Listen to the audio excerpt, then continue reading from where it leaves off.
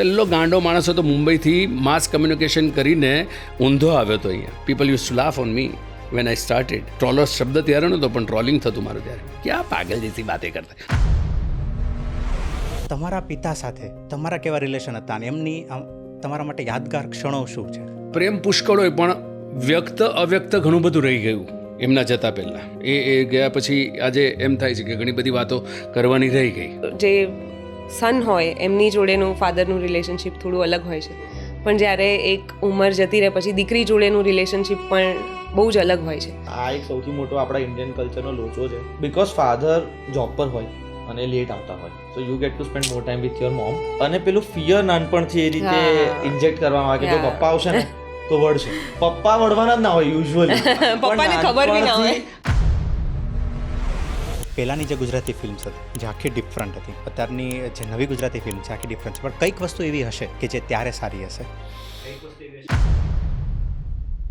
આગળ વધીએ પહેલાં ચેનલને સબસ્ક્રાઇબ કરી લો, એટલે અમે તમારા માટે આવા જ ઇન્સાઇટફુલ પોડકાસ્ટ અને વધારે સારામાં સારા ગેસ્ટ લાવી શકીએ. અને આખા પોડકાસ્ટનો ઓડિયો એક્સપિરિયન્સ સ્પોટીફાઈ ઉપર અવેલેબલ છે, જ્યાં તમે અમને ફોલો કરી શકો છો. Enjoy the show.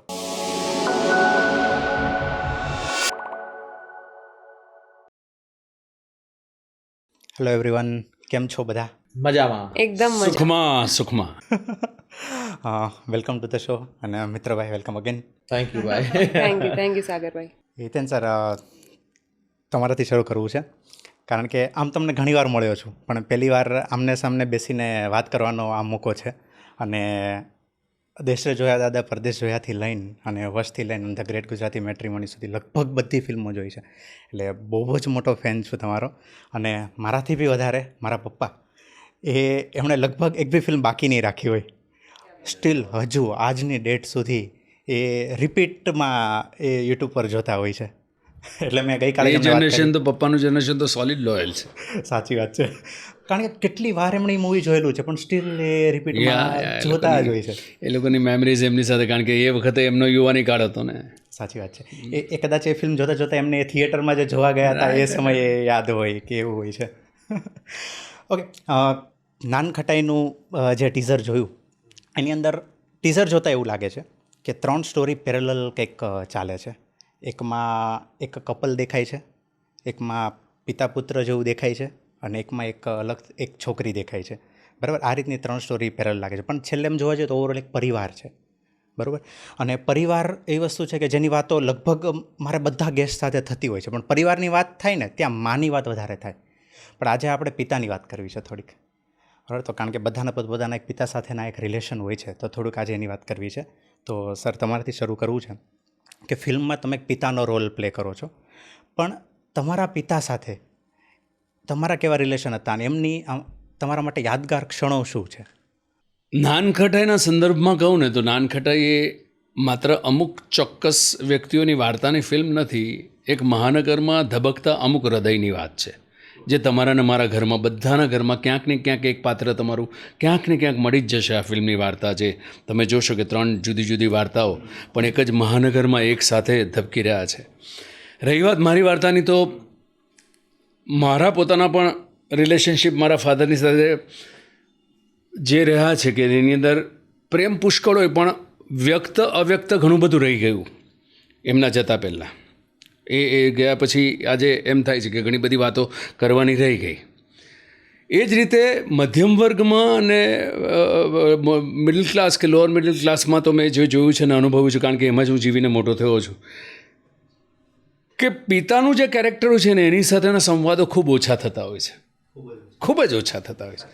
એ 2 પુરુષો ઘરમાં વસતા હોય કે દીકરો હોય અને બાપની વચ્ચે ક્યારેય સંવાદ થતો જ નથી હોતો. એ વાયા જ થતો હોય છે. આઈધર બેન છે કે મા છે એની સાથે એ વાયા જ મેસેજિંગ થતું હોય છે, અને વાયા જ મા થકી બાપ દીકરાને એ વાત પહોંચાડે. આ ફિલ્મની વાર્તા મારી વાર્તાની અંદર એવું હતું કે મારા બહુ જ એ યૌવનનો એ કાળ હતો કે જ્યાં હું 18-19 વર્ષની વયે થોડું ઘણું હું સંવાદ સાધી શક્યો હતો મારા પપ્પાની સાથે. ત્યાર પછી he was not in a good shape as far as health, અને I lost him suddenly in 1988. પણ આ ફિલ્મની અંદરનું જે મારું પાત્ર છે મને એમ લાગે છે કે રિફ્લેક્શન મારા ફાધરનું છે, જે મેં પોર્ટ્રે એ કારણ કે અમુક ક્વોલિટીઝ બહુ ચોક્કસ હતી. સિદ્ધાંતની સાથે જીવતો માણસ પોતાના અનુભવ થકી ઘણું બધું પોતાના દીકરાને કહેવા માંગતો હોય પણ ન કહી શકતો માણસ, મૌનથી જ બધાને જ પૂરું કરવાના પ્રયત્ન કરતો માણસ, એ બધા જ ક્વોલિટીઝ મેં મારા ફાધરમાં જોયેલી. એ મેં આમાં મહાદેવ બારોટ નામનું જે મારું કેરેક્ટર છે, નોર્મલી શું થતું હોય છે કે પોલીસ ડિપાર્ટમેન્ટની વાત કરીએ ત્યારે આપણે એસીપીઝ અને ડીસીપીઝ અને એ પ્રકારના હિરોઇક ઇમેજની વાત કરતા હોય. પહેલો પોલીસ કેરેક્ટર એવું હશે પાત્ર કે જે હેડ કોન્સ્ટેબલના લેવલ પર છે. દેર ઇઝ નો હિરોઇઝમ. રિટાયરમેન્ટના છેલ્લા અઠવાડિયા દરમિયાન જીવાતી એની જિંદગી વિશેની વાત છે અને બહુ સરસ રીતે તમારી આજુબાજુ પડોશમાં રહેતા પરિવારની વાત હોય એ પ્રકારના પાત્રો અહીંયા ઊભા થયા છે આ ફિલ્મમાં. રાઈટ. તમે જે વાત કરી ને કે પિતા પુત્ર, એ રિલેશન જ એવું છે ને કે આમ જ્યારે તમે સમજી શકો કે આમને સામને મળે ને તો એક ઓકવર્ડ મોમેન્ટ ભલે એક જ ઘરમાં રહેતા હોય પણ એક ક્રિએટ થાય, એટલે એમાં માનો સહારો લેવો પડે, વાયા જવું પડે. બાકી તો બંને પક્ષે મૌન સૌથી વધારે તમને વજનદાર લાગે, બાપ અને દીકરાની વચ્ચે બંને તરફ. સાચી વાત છે. તો તમારી સાથે ક્યારે એવું થયું કે કોઈક વાત પિતાને મનાવવાની હોય તો આપણે મમ્મીનો સહારો લેવો પડે એવું? મારે એવું નથી થયું એકચ્યુઅલી, ફોર્ચ્યુનેટલી. અમારે ઊંધું છે, મમ્મીને મનાવવા માટે પપ્પાનો સહારો લેવો પડે છે. ઘરમાં એવી રીતનું છે કે કંઈક યુઝ્યુઅલી મારાને ઓપિનિયન્સ મારા અને ડેડના બહુ સિમિલર હોય, તો અમારે સ્ટ્રેટેજિકલી કહેવું પડે કે આ તો અમુક વસ્તુ હોય જે હું મનાવી શકું તો પપ્પા મને કહે, અને એવું હોય કે મારે કંઈ વાત પહોંચતી કરવી હોય તો મારે, એટલે ધારો કે ફોર એક્ઝામ્પલ ટ્રીપ પર જવું હોય ને તો યુઝ્યુઅલી એવું હોય કે પપ્પાને પૂછીશું, તો હું મારા પપ્પાને સ્કૂલમાં કહી દેતો હતો તો કે હવે યાર આ મમ્મીને કન્વિન્સ કરવું પડશે. અમારું થોડું રિવર્સ રહ્યું છે ઓવર ધી યર્સ, બટ હવે તો it's been like very clear communication. કે આઈ રિમેમ્બર આને કહ્યું ને હું સમજી શકું એમ છું, કારણ કે 10th હું ફેલ થયો અને એ વખતે મારી મમ્મી બહુ સ્ટ્રિક્ટ સખત. તો પહેલી વખત મારા અને મારા ફાધરની વચ્ચેનો આઈસ બ્રેક થયો હશે કે મેં પહેલી વખત પપ્પાને પોતાની સાઈડમાં લેવાના પ્રયત્ન કર્યા. I went to his office અને રિઝલ્ટ હાથમાં હતું ને આંખમાં ડબડબિયાની સાથે પપ્પા મમ્મી તો બહુ ડર લાગે તો મારો નથી લાગતો. મેં કીધું તમારો નથી લાગતો. અને પછી એમણે મારી મમ્મીને કન્વિન્સ કર્યા કે બસ આમ થયું છે એટલે દીકે બચ્ચાઓ પર તું ન ભડકતી કરીને. બટ એ એક મારો એક યાદગાર સાંજ મને છે, મને ખ્યાલ યાદ છે હજુ સુધી કે ત્યાં મારું આખી જિંદગીમાં ક્યારેય કમ્યુનિકેશન ન થયું, એ દિવસે પહેલી વખત અમારી વચ્ચે કમ્યુનિકેશન થયું. તમારી સાથે ક્યારે કોઈ એવા પ્રસંગ? આઈ થિંક સૌથી વધારે તો જ્યારે મારે દવા ખાવાનો વારો આવતો હતો ને નાનપણમાં, ત્યારે મારે મમ્મીને કહેવું પડતું હતું કે પપ્પા સામે હું નહીં ખાઉં, કારણ કે હું ઓલમોસ્ટ અડધો કલાક બહુ જ ચોર હતી હું દવા ખાવાની. એટલે મમ્મી સામે તો નખરા કરતી જ હતી, પણ જ્યારે મમ્મી કહે ને કે જો હવે પપ્પા આવી જશે, હવે પપ્પા દુકાનેથી આવશે ને તો પછી તારી ખેર નથી ને તારે દવા ખાવી જ પડશે. So I remember that one time કે જે મારા ફાધરને કદાચ યાદ નથી પણ એક પેલું હોય ને ઠપકારી હતી એક વાલથી, તો દેટ આઈ રિમેમ્બર. બટ પેલું છે કે જે સન હોય એમની જોડેનું ફાધરનું રિલેશનશિપ થોડું અલગ હોય છે, પણ જ્યારે એક ઉંમર જતી રહે પછી દીકરી જોડેનું રિલેશનશિપ પણ બહુ જ અલગ હોય છે. તો નાનપણમાં જેમ હું મારા પપ્પાથી ડરતી હતી, આજે કદાચ ધ રોલ્સ હેવ ચેન્જ. તો આજનું અમારું સ્ટેટસ એવું છે કે આજે હકથી હું એમને બધું જ કહી શકું છું, એમને અમુક શબ્દોથી ઠપકારી પણ શકું છું કે પપ્પા આમ નહીં ને આમ જ કરો. તો ટાઈમ્સ હેવ ચેન્જડ અને I think for the better only. અને મને એવું લાગે છે કે આ જે ફિયર અને ફાધર સન વચ્ચેનું ટિફ હોય ને, જે કે મિસકમ્યુનિકેશન થાય કે કમ્યુનિકેશન ઘટે, એમાં આ એક સૌથી મોટો આપણા ઇન્ડિયન કલ્ચરનો લોચો છે કે બિકોઝ ફાધર જોબ પર હોય અને લેટ આવતા હોય, so you get two spend more time with your mom. અને પેલું ફિયર નાનપણથી એ રીતે ઇન્જેક્ટ કરવામાં આવે કે જો પપ્પા આવશે ને તો વળશે. પપ્પા વળવાના જ ના હોય યુઝ્યુઅલી, પણ નાનપણથી આપણને એ ડર પેસાડી દેવામાં આવે છે કદાચ ક્યાંક ને ક્યાંક, એટલે અજાણતામાં, એની પાછળ કોઈ એવો ઇન્ટેન્શન ના હોય, પણ જો પપ્પા વળશે. એમાં પછી ઘણા ફેમિલીઝમાં એવું થાય કે એ કમ્યુનિકેશન જ ના થાય, કારણ કે છોકરું વાત કરતાં જ ડરવા લાગે પહેલેથી. બાકી જે ફેમિલીઝમાં એવું ડરાવવામાં નથી આવતું, ખાલી બાવાથી, ભૂતથી કે પપ્પાઓથી, ત્યાં એ કમ્યુનિકેશન સરળ થઈ જતા હોય છે. તમે મુંબઈમાં રહો છો, હમણાં આપણે વાત તમે અમદાવાદમાં રહો છો, બરાબર? તો હવે તો કર્મભૂમિ જો કે અમદાવાદ જ લગભગ કહી શકાય, પણ આ બંને શહેરમાં શું ફરક લાગે છે તમને? ઘણો મોટો ફરક છે. ઘણો મોટો ફરક છે. એટલે મારું જન્મસ્થળ, મારી જન્મભૂમિ એ મુંબઈ છે. એટલે મુંબઈ સિવાય હું મારી જાતને કાંઈ આમ કલ્પી નથી શકતો કે હું સેટલ થાઉં કરીને. કારણ કે એ શહેરની પેસ અલગ છે, એની ગતિ અલગ છે, એક રિધમ અલગ છે. સેકન્ડ થિંગ, ત્યાં મને મારી પ્રાઇવસી મળી રહી છે, મારી ફેમિલી સાથે જીવવા માટેની પ્રાઇવસી મળી રહી છે. અહીંયા મેં રાખ્યું છે, વતનમાં મારો એક નાનકડો બંગલો મેં રાખ્યો છે, પણ હું જ્યારે પરિવાર સાથે અહીંયા આવું ત્યારે મારી પાસે મારી પ્રાઇવસી નથી હોતી. સો અહીંયા મુંબઈમાં મને મારા જે પણ સંબંધો છે એ મને પ્રોડક્ટની જેમ ટ્રીટ નથી કરતા. અહીંયા દુર્ભાગ્યે મને મળેલા મોટાભાગના મિત્રોમાંથી જ્યારે તમે સફળ હો ને ત્યારે તમારી પાસે આવનારો એ દર બીજો માણસ કશીક અપેક્ષાથી આવતો હોય, કારણ કે તમે સફળ છો એ કારણસર.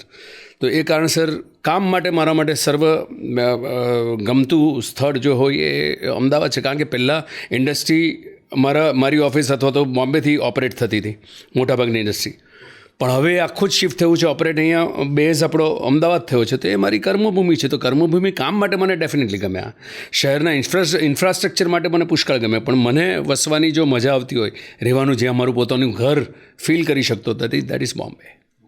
આઈ એગ્રી કે યસ, મુંબઈ મારી પણ પહેલાંથી તો કર્મભૂમિ જ હતી, પણ હવે મારી most of the adult life મેં ત્યાં જીવી લીધી છે.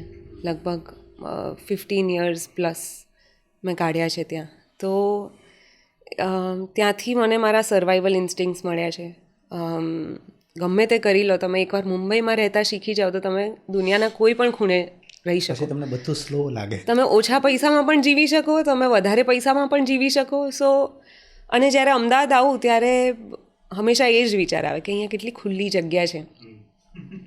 મુંબઈમાં ખુલ્લી જગ્યા જોવા માટે તમારે ક્યાંક ઉપર ક્યાંક જવું પડે. તો જ્યારે અમદાવાદ આવું, અને અમદાવાદમાં હવે સિન્સ ઘણું ખરું કામ અહીંયા ચાલે છે, તો અહીંયા આવીને પછી જરાક આરામ પણ કરી લઉં, મમ્મી પપ્પા જોડે ટાઈમ પણ સ્પેન્ડ કરી લઉં, અને જ્યારે મારે મારું મગજ થોડું ખોલવાની ઈચ્છા થાય તો એવી ખુલ્લી જગ્યાઓમાં જરાક હું બેસી રહું કે ઓકે હવે આપણે આગળ શું કરવું છે. તો અમદાવાદ મને એ એક લક્ઝરી પ્રોવાઈડ કરે છે કે જ્યાં હું થોડી સ્પોઇલ્ડ પણ હોઉં તો ચાલે.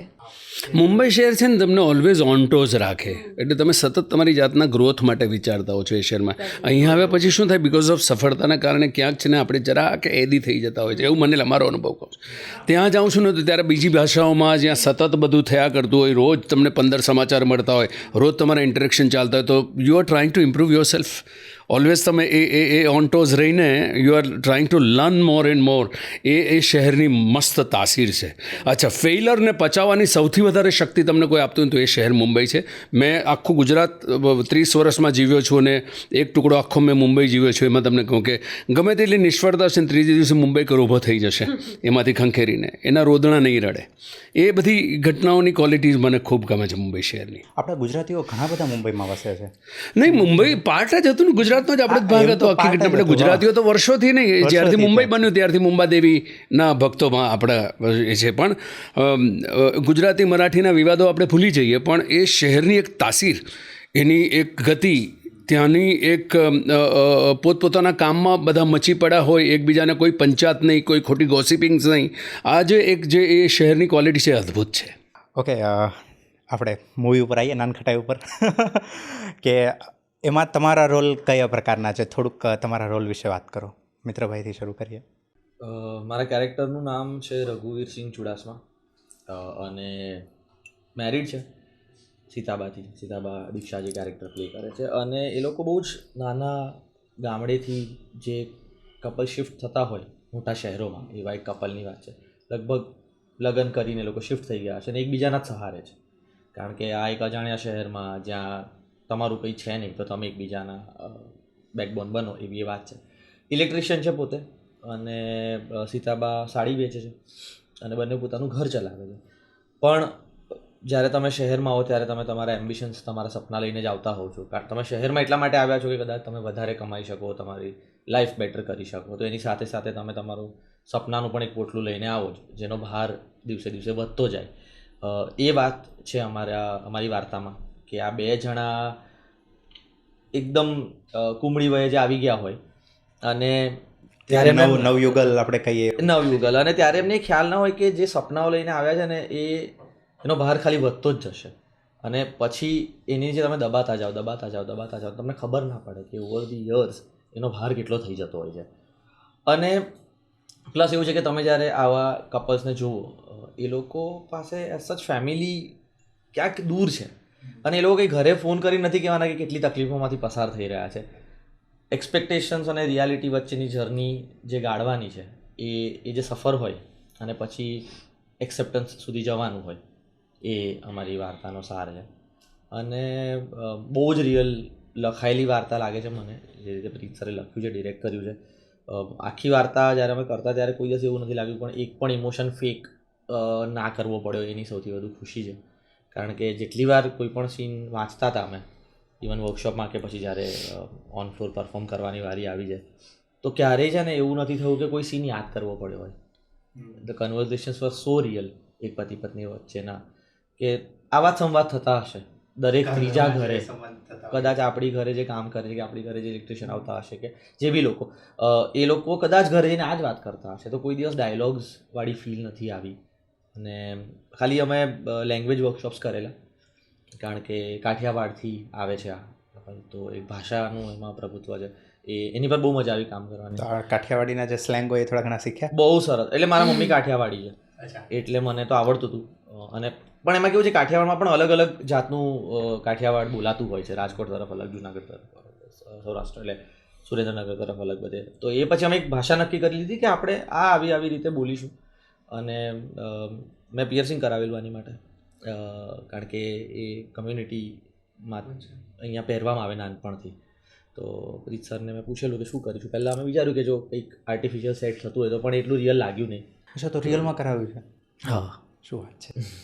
પણ એ બહુ મસ્ત, એકદમ ઓરિજિનલ, એને કારણે કારણ કે પેલો તાર બાંધીને એનો જે લુક આવતો હતો એ એને બહુ જ હેલ્પ કરી કેરેક્ટર બિલ્ડઅપ માટે. એટલે બહુ મજા. એટલે હું કહું છું ને કે નાનખટાઈની ત્રણેય વાર્તાઓ અમે જ્યારે, કારણ કે વર્કશોપમાં અમે બધી જ વાર્તાઓ વાંચી છે, તો હું તો એવું કહીશ કે પોતાના ટિશ્યુના બોક્સીસ લઈને જજો, કારણ કે તમે હસતા હસતા ક્યારેક રડી પડશો ઇમોશનમાં. પ્રીત સરે પહેલી વાર વરસાદમાં રોડાયા હતા.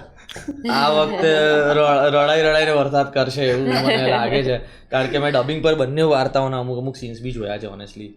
અને પોતાની વાર્તાને વાલ હોય, કારણ કે એ મારી વાર્તા છે, મને ખબર હોય, પણ આ બંને વાર્તાના સીન્સ અમે જોયા છે.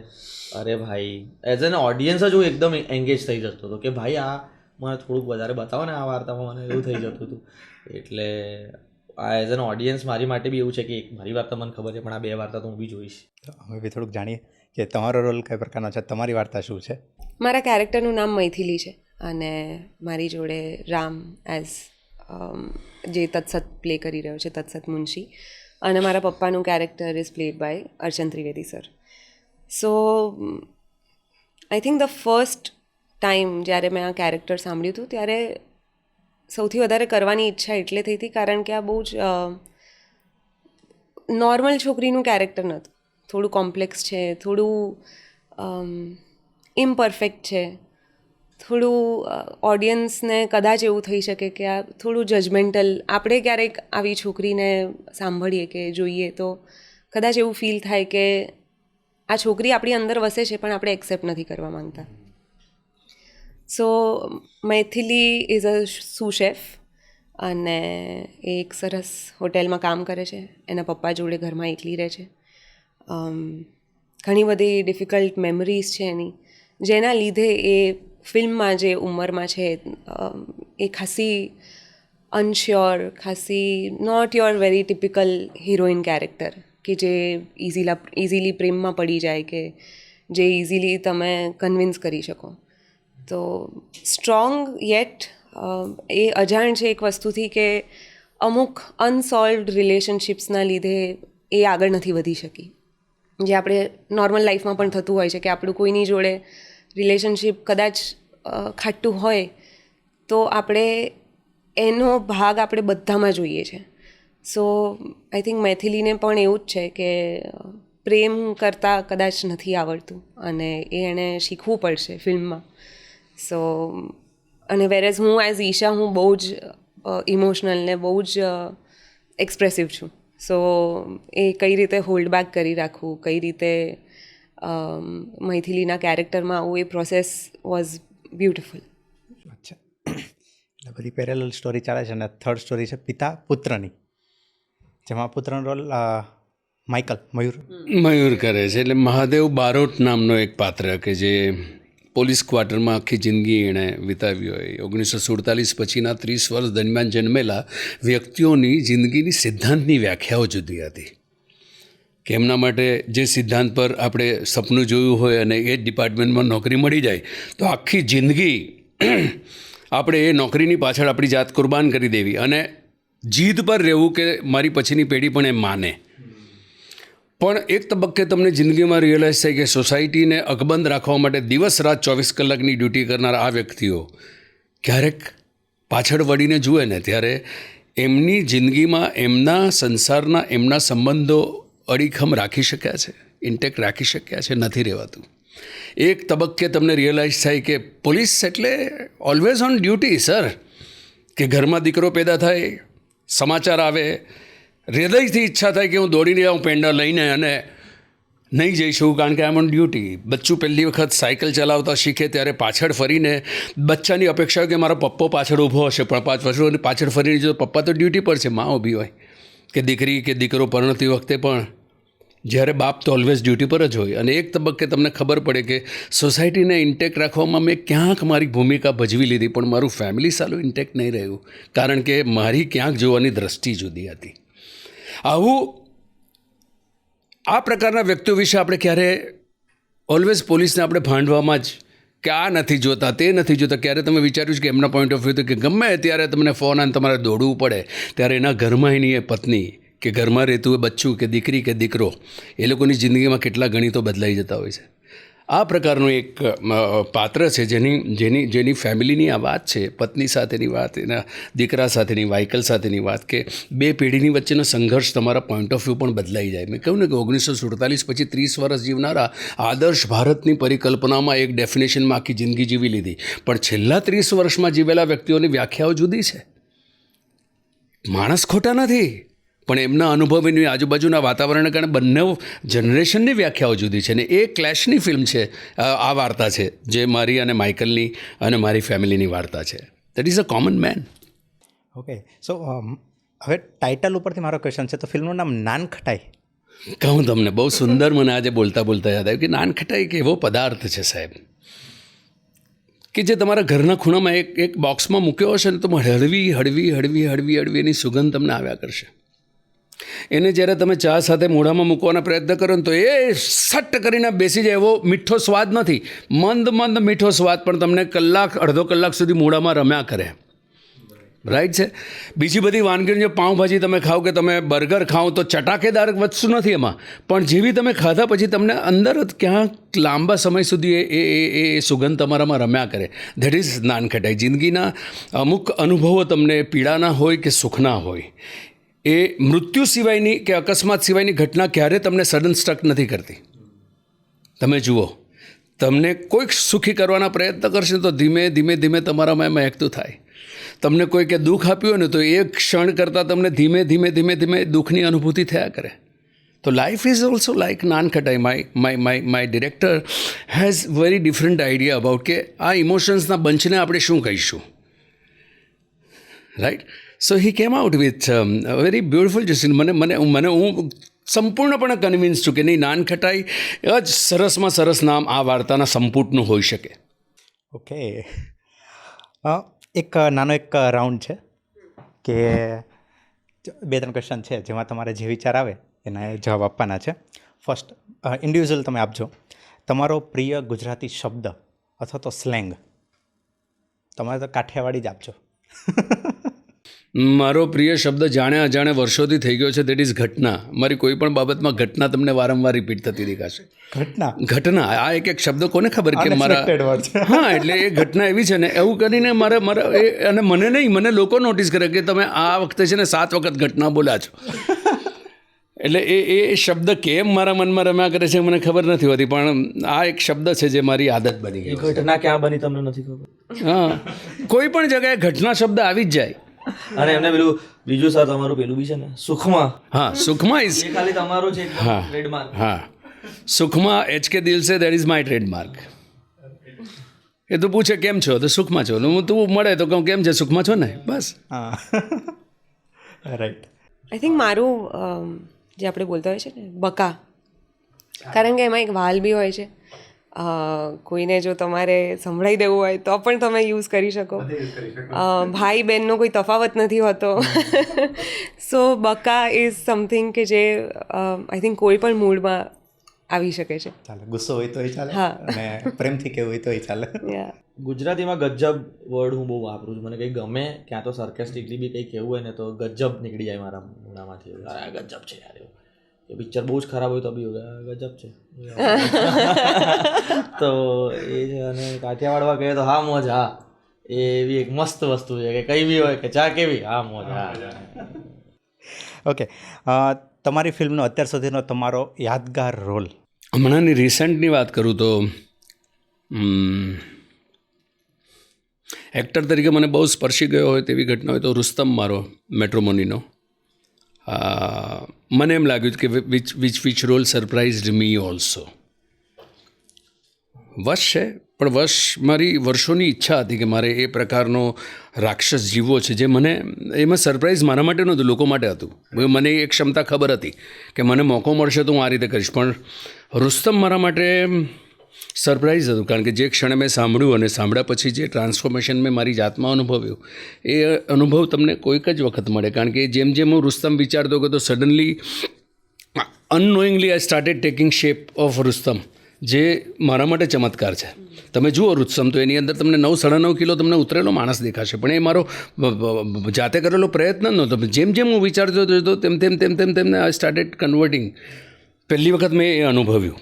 આવું એક વખત મેં મૈયર દરમિયાનમાં અનુભવ્યું હતું કે મૈયર પાર્ટ 1 જ્યારે કરી મેં, ત્યારે વાર્તા અને કેરેક્ટર મને એટલું અપીલ કરી ગયું હતું કે એની પહેલાંની તમે ફિલ્મ જુઓ 3 મહિના પહેલાંની, તો એની અંદરનો હિતેન આખો જુદો દેખાશે. અને એ જમાનામાં તો આ ડાયટ્સને બધા કન્સેપ્ટ જ નહોતા. Am talking about 2000, right? પણ તમે એ ફિલ્મની ફ્રેશનેસ જુઓ, એ ફિલ્મનો આખો એનો બાંધો જુઓ, તો એ અનુભવ મને ત્યારે થયેલો હતો. એ અનુભવ મને આ જ ડિરેક્ટર મારા એમની મેટ્રોમનીમાં રુસ્તમ ના કેરેક્ટર વખતે મને એ અનુભવ થયો. That role surprised me. Okay, તમારો કોઈ એવો રોલ કે જે આમ તમારા માટે આમ યાદગાર બની ગયો હોય? ગુજરાતી ફિલ્મ્સને જોવા જઈએ તો nankhatai is the film for me. જે ઓબ્વિયસલી હજી કોઈએ જોયું નથી, પણ આઈ થિંક મેં જે રીતે ફીલ કર્યું મૈથિલી માટે, ઓર હવે આઈ થિંક મારામાં એ વિઝડમ અને એક પેલું હોય ને કે એક્ટર્સ પ્રેપરેશન, જે મને સાચું નોલેજ મળવાથી હું એ વસ્તુને ઇમ્પ્લિમેન્ટ કરી શકી મારા ક્રાફ્ટમાં, તો એ મૈથિલી માટે કરી શકી, which I am very glad. કારણ કે તમે ગમે એટલા કેરેક્ટર્સ કરી લો, પણ જે તમે ના હો ને તમે કરી શકતા હો, તો આઈ થિંક એક એક્ટર માટે એક સેલ્ફ એપ્રિસિએશન બહુ જરૂરી હોય છે. તો આઈ થિંક મૈથિલી ઘણું બધું શીખવાડી ગઈ મને. હું એમાંથી મેં અમુક લોકોને જે હું પહેલાં જજ કરતી હોઉં કે મારામાં એમ્પથી ઓછી હતી, જે હવે થોડી આઈ ફીલ કે વધી ગઈ છે, કે હું લોકોને જેમ છે એમ જોઉં છું અને એક્સેપ્ટ કરી શકું છું. મૈથિલીનું જે પ્લેલિસ્ટ હતું એ મારા રૂટીનમાં ખાસા એવા ટાઈમ સુધી રહ્યું. તો એમાંથી બહાર નીકળતા મને થોડીક વાર લાગી હતી કે ઓકે. બાકી ઓબ્વિયસલી અમે ટ્રાય કરીએ કે જેટલા પણ અલગ અલગ કેરેક્ટર્સ ભજવી શકીએ.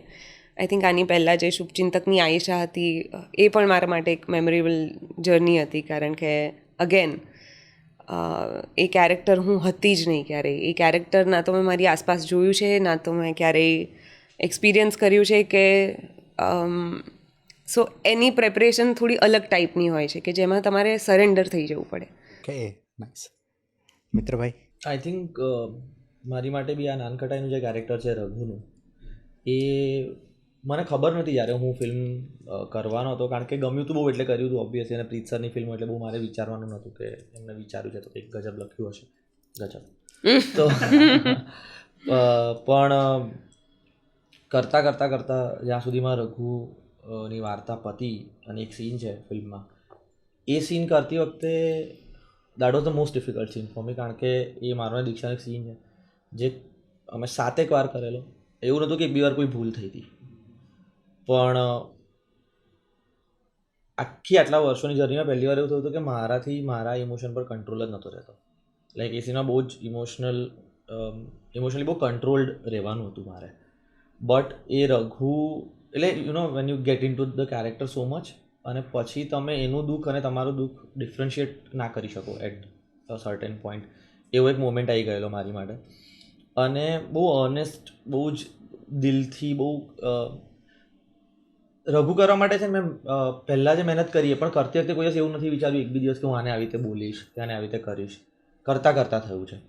એટલે મને એવું લાગે છે કે મેં કરેલા મારા પરફોર્મન્સીસમાંથી રિઝલ્ટનું મને નથી ખબર, પણ સેટિસ્ફેક્શન લેવલ પર હાઈએસ્ટ હું મૂકી શકું છું આ કેરેક્ટરને, કે જે કર્યા પછી મને એવું બી ના થયું કે ડબિંગ કરતી વખતે કે મેં આ અલગ કર્યું હોત તો, કારણ કે એ જે છે એ સાચું છે. કદાચ અલગ કર્યું હોત તો એ એક્ટિંગ હોત, પણ એ મોમેન્ટમાં મેં એને બહુ જ રિયાલિટી બહુ જ કરી શકે. હા એ નથી ખબર લોકો કરશે કે નહીં, એ મારી જવાબદારી જ નથી અત્યારે, કારણ કે બહુ જ ઓનેસ્ટીથી કર્યું છે, દિલથી જે આપણી નીકળતી હોય ને એ ભાવના છે. એટલે એ અને મજા મને બે કેરેક્ટર કરવાની જે સૌથી વધારે મજા આવી છે અત્યાર સુધીમાં, લાઈક જે મેં પરફોર્મ કર્યો તે ગાંડપણની જેમ મજા કરી છે. એક છે કીર્તનનું કેરેક્ટર ફક્ત પુરુષો માટે, જેના સેટ પર મેં ખાલી ધમાલ કરી છે. હું આમ હાથ ઉછાળતો પહોંચી જતો હતો અને સીન મળે ત્યાં ઇમ્પ્રોવાઇઝ કરીએ આવી જતો હતો, બસ ખાલી ધમાલ. 35 દિવસ મસ્તી મસ્તી મસ્તી, કારણ કે કેરેક્ટર એ હતું એટલે એમાં જ રહેવા મળ્યું. પણ એનું બી એક એ હતું કે એ કરતાં એમાં બી એક એવી નોટ મળી હતી કે એની અંદરનો બી એક સ્ટ્રગલ છે જે સ્ક્રિપ્ટમાં કે કેરેક્ટરની ડેફિનેશનમાં એ બિટવીન ધ લાઇન્સ હતો, જે કરતાં with the help of writer directors મળતું ગયું. તો એ શેડ બન્યો. અને ઓફકોર્સ બ્રહ્મ, કારણ કે બ્રહ્મમાં લોકોએ મને પહેલી વાર આવું કરતા જોયું, મેં બી પહેલી વાર આવું કંઈ કર્યું. But I can feel that કે હમણાંના આખા જનરેશનની અંદર રિસ્ક ટેકર જે અને ફિયરલેસ કહેવાય ને, એમાંની ક્વોલિટી એનામાં છે. કારણ કે મને હમણાં જે 4 ફિલ્મો એની યાદ આવી રહી છે કે એક મીઠડા મહેમાનમાંનું એ કેરેક્ટર જે બીજા એક્ટર માટે શક્ય નહોતું, જેટલું ટાઈમ સ્પેસ એની પાસે હતો એમાં. ભ્રમ એ કરી શકે, એક મેટ્રોમનીનો જુદો રંગ એ આપી શકે, આ કરવાના પ્રયત્ન કરી શકે. એ બહુ મજાની વાત એ છે કે he is taking that risk. Very less people are taking that risk. એક વાક્ય એનું આવ્યું કે કેવું જશે એ આપણા હાથમાં નથી હોતું. તો કેટલી ઓનેસ્ટીથી એ કરતી વખતે અભિનય કરવો ને અભિનય જીવવો એમાં ફરક છે. આ 4 ફિલ્મમાં મને તું દેખાયો છે અભિનય જીવતા, and that is a fantastic quality of. Rest of the thing is not in our hand. તારીને મારી જોબ છે કે કેટલા કન્વિક્શનથી આપણને આપેલું એ પાત્ર આપણે જીવી શકવાના પ્રયત્ન કરીએ. બાકીની ઘટનાઓમાં તમારી ચિંતા, હા એના પ્રમોશન્સ માટે જેટલી હેલ્પ કરી શકાય બધી આપણે કરીએ, બસ રેસ્ટ ઓફ ધ થિંગ એ આપણી જવાબદારી નથી. સો એ બાબતની અંદર હું તને સલામ કરું છું કે આ નવા જનરેશનમાં એટલી કરેજ તે બતાવી. આ છોકરીની વાત કરું કે મારો રુસ્તમ એટલા માટે યાદગાર રહ્યો કારણ કે રુસ્તમની જિંદગીમાં આવેલી સુચિતા ત્રિવેદી સિવાયની એક કેરેક્ટર જેના વિશે રુસ્તમ પુષ્કળ બોલે છે ને એની પાસે 4 જ શોટ હતા. મારી કોફી શોપમાં ઈરાની હોટલમાં આવીને 4 શોટમાં એક પણ શબ્દ બોલ્યા વગર આ વ્યક્તિ પરફોર્મ કરીને નીકળી ગઈ છે. અને એ છોકરી વિશે વાત કરતાં રુસ્તમ ભીનો થાય અને એની સાંભળતા ઓડિયન્સ ભીનું થાય. એ સેન્સિબિલિટી ધરાવતી એક્ટ્રેસ જ ડિલિવર કરી શકે. અને મેં તે દિવસે બી એને કહ્યું હતું ત્યાં કે મેં પહેલી વખત અમારી ઇન્ટરેક્શન થયું કે તું મુંબઈથી છો, કે she has a beautiful eyes where she expresses without saying anything. હમણાં એ વાત કરતાં પણ મને એનો શોટ યાદ આવ્યો છે તો I am feeling moist inside. Rustam success was not only mine, that was Suchita is also responsible, my director, and this character who was not having a single word in the film. એટલે આ generation માટે અત્યંત માન છે મને આ બધા actors માટે યાર. એ લોકો કેટલી કમાલની ક્વોલિટી સાથે આવ્યા છે યાર. આઈ લવ ધેમ ઓલ સો બ્યુટિફુલ. તો જ્યારે હમણાં બધા કેરેક્ટરની વાત થતી હતી એમાં બધાએ એક વાત કરી કે ઘણા કેરેક્ટર એવા હોય કે જે રિયલ લાઈફમાં ના હોય પણ એવું પ્લે કરવા મળે તો પછી એમાંથી કંઈક વસ્તુ તમે લઈ શકો અને ઇમ્પ્લિમેન્ટ બી કરી શકો. પણ સામે નેગેટિવ રોલ જો વાત કરીએ તો એમાં બી ક્યારે એવું થાય કે એવો રોલ પ્લે કરવાથી પછી એનાથી આમ કહેવાય ને કે થોડુંક દૂર રહેવું પડે, 2-3 દિવસ આમ પાછું ન્યુટ્રલ થતા થાય? નહીં, ભ્રમ ઊભો કરવામાં આવે છે કે આમાંથી નીકળતા અમને વાર લાગે, આ બધી વાતો એ બધી જગ્યાએ સાંભળતા હોઈએ છીએ. એ વાત એક ગ્લેમર ઊભું કરવા માટેની વાત હોય છે. જો સારું શીખવા માટેની ઘટનાઓ છે ને બહુ આસાન છે તમને ગ્રેપ કરવામાં. શું નથી કરવાનું એ તો બાળપણથી તમને શીખવવામાં આવેલું છે. તમે એ પાત્રને, દરેક માણસની અંદર રામ છે ને રાવણ છે, રાઈટ છે. હું આખી જિંદગી રામલા તરીકે જીવ્યો, 18 વર્ષ, 107 ફિલ્મ રામલા તરીકે જીવ્યું. People still loves me like. એ જ માણસ જો વર્ષનો પ્રતાપ ઊભો કરી તો મારામાં ક્યાંક તો એ રાક્ષસ હશે જ ને, જેને મારા સંસ્કારોના કારણે મેં કેદ કરી રાખ્યો છે કે મારાથી આ બિહેવ ના થાય. જે પાત્ર દ્વારા તમને એ જીવવાનો મોકો મળે અને જેવું જીવાઈ ગયું તમે પાછું ખેંચી લો, તમે હળવા થઈ ગયા હો. રહી વાત ગુડ ક્વોલિટીઝની વાત, તો I had a very weird and beautiful experience about તારો થયો નામની મારી ફિલ્મ. એ કદાચ પહેલી ફિલ્મ એવી છે કે જેની અંદર મારે કોઈ પ્રયત્ન જ નથી કરવા પડ્યા. એ કાજલે કદાચ આટલા વર્ષોથી મને જાણ્યા પછી એ કેરેક્ટરનું નિર્માણ કર્યું હશે કે એની ક્વોલિટી મારી ક્વોલિટી બહુ સિમિલર છે. જે રીતે મારો કેદાર વર્તે છે એ જ રીતે હું મારી પર્સનલ જિંદગીની અંદર વર્તું છું. ને એમાંની બીજી 2-4 વસ્તુ હતી જે હું સાથે લઈને મારા ઘરે ગયો કે એ કુછ રહે ગયા જીના, જે કેદાર જીવ્યો છે. પણ કોઈ એમ કહેતું કે ખરાબની અસર થઈ, બહાર નીકળ્યા. હમણાં 2-4 મને માસ્ટર મળ્યા આપણા શહેરમાં, બહુ કમાલ છે. શું કરી રહ્યો છું, આમાં બિઝી છે કે સર હું છે ને હમણાં છે ને વર્કશોપ લઈ રહ્યો છું કેરેક્ટરાઇઝેશન્સ અને એમાં અંદર એક્ટરને પહોંચાડવા માટે અને ફિલ્મ પતી ગયા પછી એમાંથી બહાર કાઢવા માટેના પ્રોસેસમાં પીપલ આર હાયરિંગ મી. મેં તો what bullshit you are talking about. હા, એટલે આ ગ્લેમરમાં રહેવું કેટલું અદ્ભુત છે. નથી તમે જેવા પરફોર્મ કરીને બહાર નીકળો ને એ દિવસે તમને એમ થાય કે અદ્ભુત પરફોર્મ થઈ ગયું બસ. અને તમને ખબર છે કે આ હું નથી એ પરફોર્મ કરવા માંડ્યું એટલે મારી બધી ઈચ્છાઓ એમાં પૂરી થઈ ગઈ પાત્રમાં. કોઈ પછી આમ બહાર લઈને નીકળવાની, હા સિગરેટ પીવાની કોઈ હોય તો આમ તમને પોતાની અંદરની ચુસ્કીઓ હોય જે લાગેલી હોય. મેરે કો ઉસકી આદત પડ ગઈ, નહીં તારે જ પીવી હતી લ્યા, કેરેક્ટર નથી બગાડ્યો તને. સો માય આન્સર ઇઝ દેટ કે નો, નથિંગ હેપન્સ લાઇક દેટ. તમે એક તબક્કે જેવી રીતે આ હમણાં જે રીતે એક્સપેરિમેન્ટ કરી રહ્યો છે, 2 વર્ષની અંદર એ એક્ટરમાં એટલી મેચ્યોરિટી આવી છે કે સ્વિચ ઓન સ્વિચ ઓફ એનું પોતાનું જ રેડી થઈ જશે. હા, સ્વિચ ઓન, ક્યાં મારી જાતને રોકવી. એમ તો મારે મર્ડર કરવાનું છે. મારે એક પ્રોજેક્ટની અંદર એક સ્ત્રી પાત્રની ઉપર મારે આંગિક રીતે એને અટેક કરવાનું છે. હું પર્સનલી થોડી કરીશ. That will not affect. છે અમુક લોકો એ ગ્લેમર ઊભું કરે છે કે બસ મેં તો ઈસા રોલ મેં ઘૂસ ગયા. આ બધી વાતો હોય છે નેગેટિવની. હા, સારામાં તો તમે એવરીડે યુ લર્ન કે યાર જેવી રીતે આને મેટ્રોમનીની અંદરનો પેલો જે એનું કેરેક્ટર છે કે કેટલો અદ્ભુત રીતે સાલું મેં પર્સનલ લાઈફમાં મારી વ્યક્તિની સાથે આ બિહેવ નહોતું કર્યું યાર.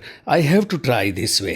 You learning more good better things. તો શીખવું જ જોઈએ. પણ સર તમે જ્યારે પ્રતાપ જેવું કેરેક્ટર કરો, બરાબર, હવે આઈ થિંક આપણી ઇન્ડસ્ટ્રીમાં લખાયેલા one of the most intense character, મારું મોસ્ટ ફેવરિટ કેરેક્ટર, તમે બહુ બધી વાર કીધું બી છે. પણ સર જ્યારે તમે કેરેક્ટરમાં રહો, મહિનો શૂટ કરો અને એના વર્કશોપ 45 દિવસ કરો, એક બોડી લેંગ્વેજ હોય, એક સાયકી પર કામ કરો, બરાબર, તો થોડીક વાર તો લાગે ને, લાઈક 2-4-5 દિવસ કે two get out of that detoxification જે કહીએ આપણે. કારણ કે મને એવું તો લાગે છે કે એવું તો નથી જોતું કે આજે પેકઅપ થયું ને આજે તમે કેરેક્ટર છોડી દો, કારણ કે કેરેક્ટર ના તમને મારો અનુભવ તને કહું. મારો અનુભવ મારા માટે નવું એટલા માટે નહોતું. મેં વર્ષો પહેલાં શફી ઇનામદારની સાથે આખેટ જેવું પણ મેં નાટક કર્યું હતું કે જેની અંદર when I was 27-28 I played the most dangerous role. Shafi Inamdar directed me in Aakhet શિકાર. મારે ઓલવેઝ નેગેટિવ જ કરવા હતા. હીરો તો મારે ક્યારે થવું જ નહોતું. એ તો અકસ્માતે બની ગયેલો હીરો હતો ને ઈશ્વરે મને ટાસ્કમાં ખોડામાં આપી હતી દેશરે જોયા. એની પહેલી ફિલ્મ મારી જે કરી એ પણ મેં નેગેટિવ જ કરી હતી. તો એના માટે પ્રિપરેશન મારી પાસે પુષ્કળ છે. હજુ પણ મારી પાસે 10થી 12 રંગ એવા છે કે જે કોઈ ટ્રાય જ નહીં કર્યો. જેવા આવશે તેવા I will just put that thing. So what has not surprised me કે આ કેવી રીતે જે દિવસે ને સાંભળ્યું મોટા સિનિયર એક્ટરો પછી આ સ્ક્રિપ્ટ ગયેલી they refuse because they were very much scared. The moment I heard મેં કીધું યાર ये किसी को और नहीं देना, आई विल डू दैट. વર્ષ હેઝ નોટ સરપ્રાઇઝ મી. કારણ કે એની બેસ્ટમાં બેસ્ટ વસ્તુ એ હતી કે એ જે રાક્ષસ છે લસ્ટલેસ રાક્ષસ છે. તો જો આટલા કમાન્ડિંગ આખી ઘટનામાં પણ એક ક્ષણ માટે પેલી છોકરીને બેટા નથી કે એવી ક્ષણ નથી અને એની મધરને બેન કહી છે. અને આમાં પણ 148 છોકરીઓની સાથે હું કરીશ પણ એની અંદર there is no lust. The reason is different. So that character became a Ravan with a gyan. એ સિમ્પલ ગુલશન ગોરવાળો વિલન નથી બન્યો એ. બટ મને નથી નીકળવામાં મને વાર નથી લાગી, કારણ કે મને એ ખબર હતું કે રોજ રાતે આવીને 70% ફિલ્મ હાશ મારી અંદરની પેલી વસ્તુ ખાલી થઈ યાર. છેલ્લો દિવસ, હા તમને પેલું કેરેક્ટર મિસ થાય. તમને મારા માટે સૌથી ડિફિકલ્ટ એ હોય કે ડબિંગના દિવસો મારા માટે સૌથી પેઇનફુલ હોય, કારણ કે ડબિંગ છેલ્લો તમારી ને મારા એ કેરેક્ટરની વચ્ચેનો સંપર્ક છે. મને એમ થાય કે એક દિવસ કેમ વધારે બગાડું યાર, કે I can be in attachment with that character. જે ક્ષણે મારો છેલ્લો શબ્દ થઈ જાય છે ને, ત્યાર પછી બહાર નીકળીને હું ઘરે પહોંચું ત્યાં સુધીમાં એ કેરેક્ટર મારી અંદરથી એ ઇમ્પ્રેશન એનું છોડી દેતું. એવો મારો અનુભવ રહ્યો છે. કદાચ એ because of body of work આટલું મોટું હશે એ કારણસર હશે, પણ મારો અનુભવ આમ કહે છે. લોકો એમ કહે છે કે મેરે પે નેગેટિવ મને બહુ વસ્તુ એમ લાગે કે તમે તમારી જાતને, એટલે એવો અનુભવ કદાચ એ લોકો સાચા પણ હોય. I am saying sorry about it, but my experience is different about it. આપણે જે 3 દાયકાથી તમને બધા જોતા આવ્યા છીએ, બરાબર, પણ ઘણીવાર વાત થઈ હશે કે પહેલાંની જે ગુજરાતી ફિલ્મ્સ હતી જે આખી ડિફરન્ટ હતી, અત્યારની જે નવી ગુજરાતી ફિલ્મ છે આખી ડિફરન્ટ છે, પણ કંઈક વસ્તુ એવી હશે કે જે ત્યારે સારી હશે, કંઈક વસ્તુ એવી હશે જે બહુ અત્યારે બધું બોલી better શકું છે. છું યાર. હમણાંની અને ત્યાંની થોડીક ફિલ્મનો, એવી વસ્તુ. હમણાંની અને ત્યાંની ફિલ્મનો ફરક જ નથી. હું તમને કહું કે પહેલી મારી ફિલ્મ દેશરે જોયા, બીજી મારી ફિલ્મ જે છે એ બીજી 5 ફિલ્મો દરમિયાન 3 ફિલ્મ તો હમણાં કહેવાતી સો કોલ્ડ અર્બન હતી. હું તમને સંદીપ પટેલની મારી પહેલી ફિલ્મ હતી મોતીના છોકરે સપનામાં દીઠા, જે સંદીપની પહેલી ફિલ્મ હતી, એ વર્ષા અડાલજાની નોવેલ પરથી હતી. એની પહેલાં પ્રવીણ સોલંકી અને અરવિંદ વૈદે ડિરેક્ટ કરી મારા સાહેબાની ચુંદરી, ગુજરાતીનું બહુ જાણીતું નાટક, ત્યાંથી એ ટીમની સાથે હું લઈને અહીંયા આવ્યો હતો. એ પણ શહેરના બેકડ્રોપ સાથેની હતી. સૌમ્ય જોશીએ લખેલી દીકરી વાલનો દરિયો, એ પણ સિટી ઓરિએન્ટેશનની ફિલ્મ હતી, શૈલેષ પ્રજાપતિએ ડિરેક્ટ કરી હતી. પહેલી ફિલ્મ આપણી હતી કે જ્યાં છૈયા તો પછી થયું. આ અમદાવાદ શહેરના એસટીની ઉપર, ચાલુ એસટીમાં આ એલિસ બ્રિજના બધા બ્રિજની ઉપરથી સોંગ અમે લોકો શૂટ કર્યું હતું without any safety. That also happen in, I am talking about 1999. એટલે મારા હિસાબે તો ત્યારની સિનેમાના હમણાંની સિનેમા કોઈ ફરક જ નથી સાહેબ. હા, માર્કેટ અમે લોકો બહુ ક્લિયર હતા કે અમારી માર્કેટ કઈ, કોના માટે બનાવવું છે. જ્યારે કોઈ પણ એક પ્રોડક્ટ, આપણે આ પાણીની બોટલ પણ બનાવશો, રિસર્ચ આપણું હોય કે કઈ માર્કેટ માટે બનાવવું છે. જો ઇન્ટિરિયર હશે તો પેલું પેકેટ પાણીનું આવશે, રાઈટ છે. અમને ખબર હતી કે 85% માર્કેટ આપણું સ્મોલ ટાઉન્સ અને વિલેજમાં રહેવાવાળું છે. શહેરીજન જતો નહોતો, કારણ કે આપણી થિયેટરની પરિસ્થિતિ ખૂબ ખરાબ હતી, ખૂબ ખરાબ રીતે મેન્ટેન થયેલા થિયેટર. સો એ ઓડિયન્સ માટે અમે લોકોએ we decided to make what kind ઓફના સબ્જેક્ટ્સ જે એ લોકોને પોતીકું લાગે. અને એ જ કારણસર આટલો મોટો બિઝનેસ હતો સાહેબ. 40 લાખની ફિલ્મ જો એ જમાનામાં 22 કરોડનો બિઝનેસ કરી શકે, ઇન 7 રૂપીઝ અને 11 રૂપીઝ ટિકિટ રેટ્સ સાહેબ. 1 કરોડથી ઉપરનું ઓડિયન્સ થિયેટરમાં જોઈને તમારી સિનેમા જોતું થાય, એ સક્સેસ આપણી સિનેમાને આપ્યું છે એ લોકોએ, રાઈટ. હમણાં પણ સરસ મજાની ફિલ્મો બને, પણ આપણે એમ કહીએ ને કે એ વખતે ને આ વખતમાં મારા હિસાબે એ વખતે પણ સારી. અરુણ ભટ્ટ, અમારી પહેલાંના અરુણ ભટ્ટે પણ મોડર્ન સિનેમાસ કરી છે. હમણાં જે લાપતા લેડીઝ છે, એ લાપતા લેડીઝ કેની ઉપર બેસ છે સાહેબ? નૌકા ડૂબી રવિન્દ્રનાથ ટાગોરની. ત્યાર પછી આપણી ભાષામાં બનેલી પારકી થાપણ અને લાપતા લેડીઝ. એમાં પણ ટ્રેનમાં અદલા બદલી થઈ જતી પત્નીની વાત હતી સાહેબ. એ જમાનામાં પણ અદ્ભુત સિનેમા થયા જ છે સાહેબ. આપણે ત્યાં એ સમજણ લોકો સુધી મીડિયા મિત્રો દ્વારા નથી પહોંચાડવામાં કે આપણે પણ આટલી અદ્ભુત ફિલ્મો બનાવી જ છે.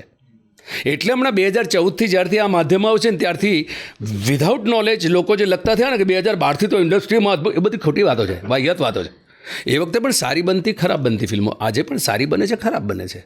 પણ મજાની વાત એ છે કે નવું આખું જનરેશન, આખી નવી 2 પેઢીઓ એન્ટર થઈ, જે આશયથી હું આવ્યો હતો એ થતાં જોઈ રહ્યો છું. આ બધાને કામ કરતા જો આઈ am feeling so happy about કે માય ઇન્ટેન્શન વોઝ વોટ. પહેલો ગાંડો માણસ હતો મુંબઈથી માસ કમ્યુનિકેશન કરીને ઊંધો આવ્યો હતો અહીંયા. People use to laugh on me when I started. 2001ના તો ઇન્ટરવ્યૂઝ છે આપણી પાસે દૂરદર્શને, જ્યારે હું કહેતો ને કે નેશનલ જશે, નવી આખી જનરેશન એન્ટર થશે, people use to laugh on મી.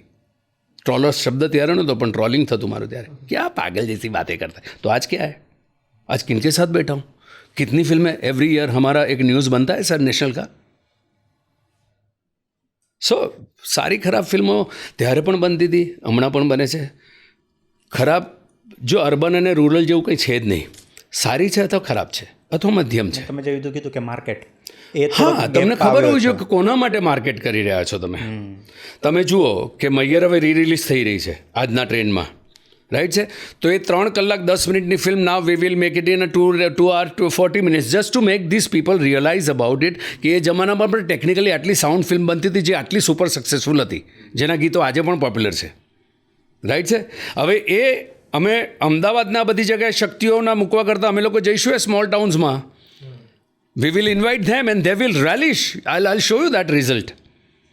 તો અમને ખબર છે કે એ અમારે કયા ઓડિયન્સ માટે કરવા છે. હા, અમુક ફિલ્મો હોય કે જે શહેરની સેન્સિબિલિટી સાથે જ હોય, એને ત્યાં જ માર્કેટ કરવી પડે, એને આપણે ગામડાના પ્રેક્ષક સુધી ના લઈ જઈ શકીએ, કારણ કે ત્યાં એ રિલેટ નથી થવાનું. પણ હમણાંનું કન્ફ્યુઝન એ છે કે આપણને એમ છે કે અમદાવાદ શહેર અને શહેરોમાં જ ખાલી ગુજરાત વસે એવું નથી. એ લોકો જરા પાછળ ફરીને જોયું કે ગુજરાત 85% જો તો આપણું સ્મોલ ટાઉન્સમાં ઇવન ઇન્ડિયા હમણાં કેમ રૂરલ બેકગ્રાઉન્ડની ફિલ્મો કેમ ચાલી રહી છે, સાઉથ હોય કે બોમ્બે, કારણ કે આપણું 85% આપણું India still stays in the small town and villages. Same mistake આપણે ત્યાં થઈ રહી હતી. હવે ધીમે ધીમે પીપલ હેવ સ્ટાર્ટેડ રિયલાઇઝિંગ. હવે સ્મોલ ટાઉન તરફ વળી રહ્યા છે. જુઓ તમે પાત્રો જુઓ, વાર્તાઓ જુઓ. હવે લોકાલ બદલ નહીં તો શું થાય, 10માંથી 8 ફિલ્મમાં આ જ બ્રિજની સાથેનો તમારો હેલિકેમનો શોટ આવે અને અમદાવાદ શહેરથી વાર્તા શરૂ થાય. ગુજરાત એટલે માત્ર અમદાવાદ શહેર? ગુજરાત તો કેટલા રંગોની સાથેની વાત છે યાર. મારી ખાલી એક જ જીત છે કે આ જ મેકર્સ 22 વર્ષનો અહીંયાનો તમારો નાયક છે, એની સમસ્યા ભાવનગરના પણ 22 વર્ષના યુવાનની સેમ જ સમસ્યા છે, એડમિશન કે મોંઘવારીથી લઈને પેટ્રોલની પ્રાઇસીસ. પણ અહીંયાના છોકરાની જોવાની દ્રષ્ટિ જુદી છે, દ્રષ્ટિકોણ જુદો છે. ભાવનગરના છોકરાની જોવાની દ્રષ્ટિકોણ જુદો છે. એ જ સમસ્યાની તમારી જ વાર્તા તમે એના પોઈન્ટ ઓફ વ્યૂથી કરશો ને તો બહોળા વર્ગ સુધી પહોંચશો, કારણ કે that will be relatable. Dangal relatable કેમ થઈ? કારણ કે એ વાતાવરણ તમારું બદલાવે, એને શહેરમાં તમે લાવ્યા તો તમે નહીં પહોંચી શક્યા હોત. સેમ, માત્ર હવે જરૂર આટલો જ છે ફરક સમજવાની મેકર્સે. અને એ જે દિવસે સમજાઈ ગયો ને સાહેબ, તમે જુઓ કે where are cinema will rich. કારણ કે એનાથી સંગીત બદલાશે તમારું. હમણાં શું થઈ રહ્યું છે મ્યુઝિકમાં, તમને જોતી વખતે બહુ અદ્ભુત લાગે છે. જેવા તમે થિયેટરમાંથી પોતાની ગાડીમાં ઇગ્નિશન મારો છો, એની 10મી મિનિટે ગીત ગાયબ થઈ જાય, લોન્જિટિવિટી તમારી ખોવાઈ બેઠા છે. કારણ કે આપણે ક્યાંક આપણું ગુજરાતીપણું ચૂકી રહ્યા છે. Why we have to feel અશેમ્ડ about જે ગીતો 40 વર્ષ જૂના પણ આજે પણ આપણી વચ્ચે ગણગણીએ છીએ, આજે એના રિમિક્સ કરીને આપણે જીવાડીએ છીએ, એને એ પદાર્થને કેમ ભૂલી રહ્યા છે? હું એમ નથી કહેતો કે તમે રાસ ગરબા જ કરો. એ વખતે પણ અવિનાશ વ્યાસે કયા ક્લાસિક સોંગ્સ કર્યા છે સાહેબ. પણ એવા સોંગ કે પેલો ગાડી ખેંચવાળો પણ ગણગણે આજના દિવસે, અને તમારા ને મારા જેવો ઓડિયન્સ પણ ગણગણે. એટલા સહજ સંગીતની સાથે આપણે કેમ ના આવી શકીએ જેમાં ગુજરાતીપણું છલકતું હોય? તો એ તમને વધારે લાંબી સફળતા અપાવશે. My studies, because I have seen that market also. I created means I became a reason about lots many successes, અને I am a small part of this industry also. So આ કરવું જરૂરી છે આપણા માટે. સાચો પોઈન્ટ છે. હું એક વર્ડ કહીશ, બરાબર? ઇન્ડિવિજ્યુઅલ કહીશ, બધા માટે અલગ અલગ વર્ડ છે. એના ઉપરથી જે ફર્સ્ટ થોટ તમારા માઇન્ડમાં આવે ને એ તમારે કહેવાનો છે. પ્રેમ. સોનલ. સપનું. ક્યાંય પોતાની જાતને બાંધી નહીં રાખવું. શું વાત છે? ઘર. વડોદરા.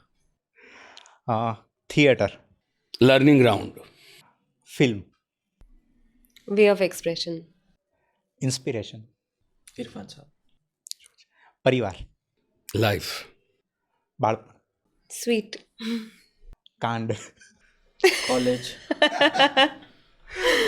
ફ્રેન્ડ્સ. નોન. ખરેખર. શાંતિ. Me time. સફળતા. ઓકે. Okay, last. લાગણી. એવરીથિંગ. વરસાદ. ચા અને ગુજરાતી મેટ્રિમોની. લોનાવલા. પ્રીત. And nankhatai. Heartbeat. Okay, so બસ આજે તો આજનો પોડકાસ્ટ બહુ મજા આવી, કારણ કે ઘણી બધી આપણે 30 વર્ષના દાયકાની સફર કરી લીધી સર સાથે બેસીને. એટલે અને wish you good luck four nankhatai, જે 8 ઓગસ્ટે રિલીઝ થઈ રહી છે, રાઈટ? અને શું કહેવા માગશો ઓડિયન્સને?